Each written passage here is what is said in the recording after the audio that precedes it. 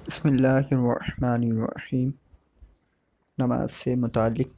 سیکھنے سکھانے کا سلسلہ ہمارا جاری تھا۔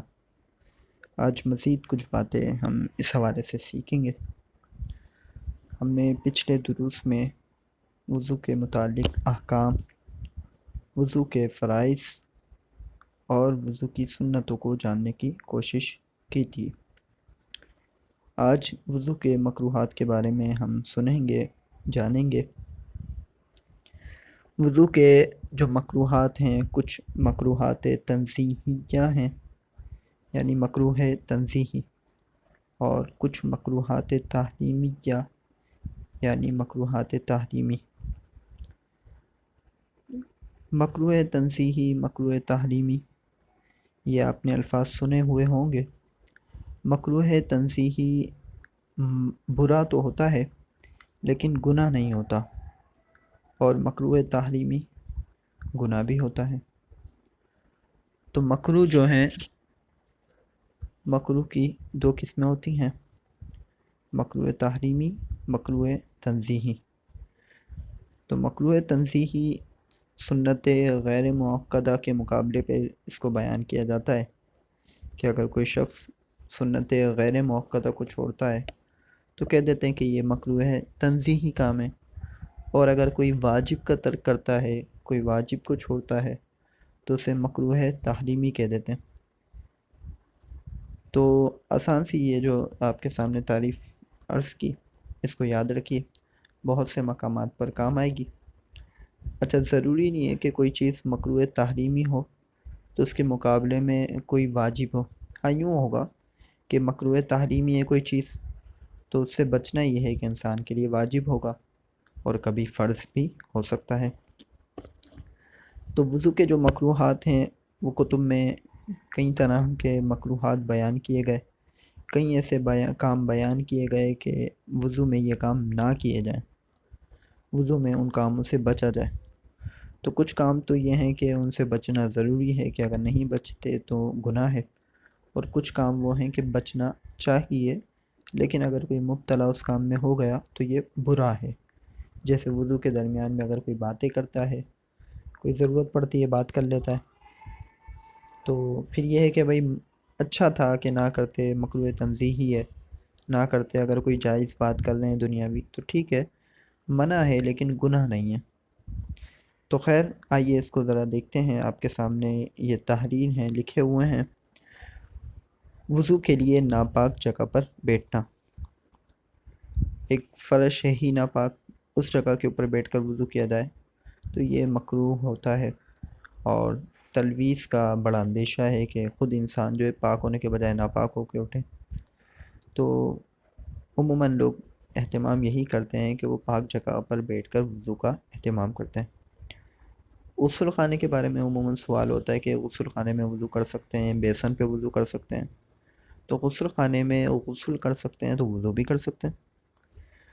اسی طریقے سے اگر غسل نہیں کر سکتے کہ بھائی گندا پانی بھرا ہوا ہے اس کے اندر، آپ غسل نہیں کر سکتے طریقے سے اس میں، بلکہ نہانے جائیں گے تو مزید یہ ہے کہ کوئی اور مزید ناپاک ہو کے ہی نکلیں گے۔ اگر ایسی کوئی صورت حال ہے، ایسا ناپاک ہے،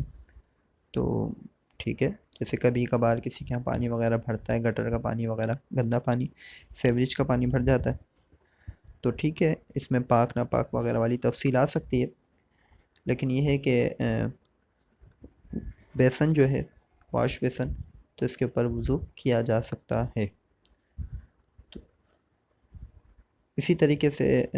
ہم مسجد میں وضو کا اہتمام کرتے ہیں تو یہ تو اور کیا کہتے ہیں، اس میں آسانی ہوتی ہے۔ بہرحال جو یہاں ہماری بات ہے وہ یہ ہے کہ وضو کے لیے ناپاک جگہ پر بیٹھنا یہ مکروہ ہوتا ہے، اور اگر پاک جگہ ہے، بیسن ہو یا غسل خانہ ہو، وہاں پر وضو کیا جا سکتا ہے۔ اسی طریقے سے ناپاک جگہ پر وضو کا پانی گرانا، کہ وضو کا جو پانی گرے گا وہ ناپاک جگہ پہ گرے گا، تو یہ بھی اچھا نہیں ہے۔ قبلے کی طرف تھوکنا، یہ بھی ایک وضو میں مکروہ ہے، اور ویسے بھی یہ مکروہ ہے کہ قبلے کی جانب رخ کر کے انسان تھوکے۔ یہ جو گٹکے وغیرہ یا پان وغیرہ جو کھاتے ہیں وہ قبلے کی طرف رخ کر کے تھوکتے ہیں، تو یہ درست نہیں ہے۔ اب یہاں پر ایک سوال کیا جاتا ہے کہ وضو کے مستحبات سے یہ بات ہے کہ قبلہ رخ بیٹھ کر انسان وضو کرے، یہ وضو کے مستحبات میں سے، تو پھر جب وضو میں مستحب یہ ہے کہ قبلے کی طرف رخ کر کے وضو کرے،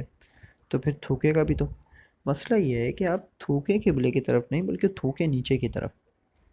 زمین کی طرف آپ تھوکیں، تو قبلے کی طرف تھوکنا مکروہ ہے، زمین کی طرف تھوکنا مکروہ نہیں ہے۔ جو قبلے کی طرف تھوکیں گے وہ بھی اینڈ یہی ہے کہ زمین کی طرف ہی جائے گا، لیکن آپ کا رخ اس انداز کے اوپر نہ ہو کہ اس کو کہا جائے کہ قبلے کی طرف تھوکنا ہے۔ بے ضرورت دنیا کی بات کرنا یہ بھی مکروہ ہوتا ہے، ضرورت ہو تو کی بھی جا سکتی ہے، بس اوقات گھر وغیرہ کے اندر کام کاج یا اس طرح کی کوئی نہ کوئی مصروفیت ہوتی ہے انسان کی، اچانک کوئی کسی طرح کی کوئی بات پوچھ لے، جیسے مثال کے طور پہ والد صاحب جا رہے ہیں اور وہ کہہ رہے ہیں کہ آپ آ رہے ہو نا میرے پیچھے نماز پڑھنے کے لیے، یا چلیں ٹھیک ہے یہ نیکی کی ایک بات ہے، یوں کہہ لیا جائے کہ تالا لگا کے آنا، ہاں ہاں میں تالا لگا دوں گا، میں چابی رکھ دوں گا، میں فلاں جگہ پہ رکھ دوں گا، اب یہ باتیں تو کرنا پڑیں گی، اگر ضرورت ان کی فوراً ہی ہے تو فوراً ہی کرنا پڑے گی، تو بہرحال کی جا سکتی ہے، ضرورت ہو تو کر لیجئے، یہ بلا ضرورت کی بات ہے۔ زیادہ پانی خرچ کرنا، ہمارے یہاں بہت سارے افراد اس طرح کے دیکھے جا سکتے ہیں کہ وضو خانے کے اوپر بیٹھے ہوئے ہوتے ہیں اور چہرہ دھو رہے ہیں تو چہرہ ملے ہی جا رہے ہیں، تو یا صابن لے کے بیٹھے ہوئے ہیں اور نل کا کھلا ہوا ہے، اسی طریقے سے ہاتھ دھو رہے ہیں تو ہاتھ دھونے کے بعد دوسرے کام بھی چل رہے ہیں اور نل کا کھلا ہوا ہے، سر کا مسح کر رہے ہیں تو پھر تو وہ تو اینڈ ہی کر دیتے ہیں جب تک ٹنکی خالی نہ ہو، شاید کہ وہ اٹھیں بھی نہ، لیکن یہ ہے کہ بہت زیادہ کہنا یہ ہے کہ بہت زیادہ اس طرح پانی ضائع کر رہے ہوتے ہیں۔ اگر پانی کا استعمال نہیں کرنا ہے تو نل کا بند کر دیں، اگر استعمال کر رہے ہیں تو کھول لیں، ناک میں پانی چڑھانا ہے، ناک کی صفائی کرنی ہے، مسواک کرنی ہے، تو اس دوران میں پانی کو ضرورت ہو تو کھولا جائے نلکے کو، اور اگر ضرورت نہیں تو بند کر دیا جائے، ایک ہاتھ سے بند کر دیا جائے۔ تو یہ خیر وضو میں زیادہ پانی خرچ کرنا گناہ ہے، اور وضو کے علاوہ بھی پانی کا اسراف کیا جائے، اگرچہ سمندر انسان کے سامنے موجود ہو لیکن پانی کو ضائع کرے گا بلا وجہ وہ، تو یہ گناہ ہے، منع کیا گیا ہے اس سے۔ منہ پر پانی مارنا، چہرے پر پانی ڈالتے ہوئے بعض لوگوں کی عادت ہوتی ہے کہ ایسے مارتے ہیں کہ پانی اڑتا ہے، اپنے اوپر بھی آ رہا ہوتا ہے، برابر والے شخص کے اوپر بھی جا رہا ہوتا ہے، تو اس طرح نہ کیا جائے بلکہ چہرے پر پانی ڈالا جائے، مارا نہ جائے۔ منہ پر پانی ڈالتے وقت بعض لوگوں کو پھونکنے کی بھی عادت ہوتی ہے کہ پانی ڈالنے کے بعد پھر پھر کے وہ آوازیں نکالتے ہیں، پھونکے مارتے ہیں، تو اس طرح نہ کیا جائے، بچے کرتے ہیں ویسے عموماً، اور بس اوقات بڑی عمر کے افراد بھی اس طرح سے کر رہے ہوتے ہیں۔ وضو کا ایک مکروہ یہ ہے کہ ایک ہاتھ سے منہ دھونا، ایک ہاتھ سے منہ نہ دھویا جائے، دونوں ہاتھوں سے منہ کو دھویا جائے۔ گلے کا مسح کرنا یہ بھی ایک مکروہ ہے، اور اس میں عوام ہماری مبتلا ہے، اور یہ مکروہ تحریمی ہے، تو گلے کا مسح نہیں کیا جائے گا، گدی کا مسح کیا جاتا ہے، گلے کا مسح نہیں کیا جائے گا۔ بعض لوگ جب سر کا مسح کرتے ہیں تو اس سے فارغ ہونے کے بعد وہ اپنے گلے کا بھی مسح کرتے ہیں، گلے کا مسح نہیں کیا جائے گا، گدی کا مسح کیا جائے گا۔ الٹے ہاتھ سے کلی کرنا یا الٹے ہاتھ سے ناک میں پانی چڑھانا یہ بھی مکروہ ہے، سنت یہ ہے کہ سیدھے ہاتھ سے آپ یہ کام کریں، اور صفائی جو کرنی ہے وہ آپ نے الٹے ہاتھ سے کرنی ہے، ناک کی صفائی کرنی ہے، ناک کو صاف کرنا ہے تو وہ الٹے ہاتھ سے کریں۔ ہونٹ یا آنکھیں زور سے بند کر لینا، چہرے پر پانی ڈالتے وقت اتنی زور سے آنکھیں میچنا کہ وہ آنکھیں میں کچھ حصہ سوکھنے رہ جانے کا اندیشہ ہو، تو یہ تو لازم ہوگا کہ ایسا نہ کیا جائے، تو اس لیے اہتمام کے ساتھ وضو کریں، یعنی توجہ کے ساتھ وضو کریں کہ وضو کا فرض مکمل طور پہ ہو۔ یہ ہماری گفتگو ہو چکی ہے کہ اگر آنکھیں اس انداز کے اوپر بند کی کہ کوئی حصہ رہ جاتا ہے دھلنے سے، پلکیں ہیں، پلکوں کا سائڈ کا حصہ ہے جہاں عموماً کیچڑ وغیرہ لگ جاتی ہے، یا پھر یہ ہے کہ آنکھیں میچ لیتے ہیں، آنکھوں کے اوپر لکیر بن جاتی ہے، کھال چھپ جاتی ہے کچھ، تو اس طرح نہ کیا جائے بلکہ اچھے طریقے سے اہتمام کے ساتھ توجہ کے ساتھ وضو کیا جائے، اور آنکھوں کو نہ بند کیا جائے اتنی زور سے۔ ہونٹ میں بھی اسی بات کا خیال رکھا جائے کہ ہونٹ اس طرح سے بند کر لینا کہ جو خشک حصہ ہے کہ جس کو وضو میں دھونا فرض ہے، اور تر حصہ منہ کے اندر ہوتا ہے، تو خشک حصہ جو ہے منہ کا اس کو بھی اس طریقے سے ہونٹوں کو دبانا کہ خشک حصہ بھی بند ہو جائے اور اس پر پانی نہ بہے، تو اس سے وضو نہیں ہوگا، اس لیے اس میں احتیاط بڑھتی جائے۔ زیادہ سختی کے ساتھ ایک عام روٹین جو ہے اس سے ہٹ کے ایک عام عادت جو ہے انسانوں کی کہ تر حصہ ہی صرف بند رکھتے ہیں، خشک حصے کو بند نہیں رکھتے،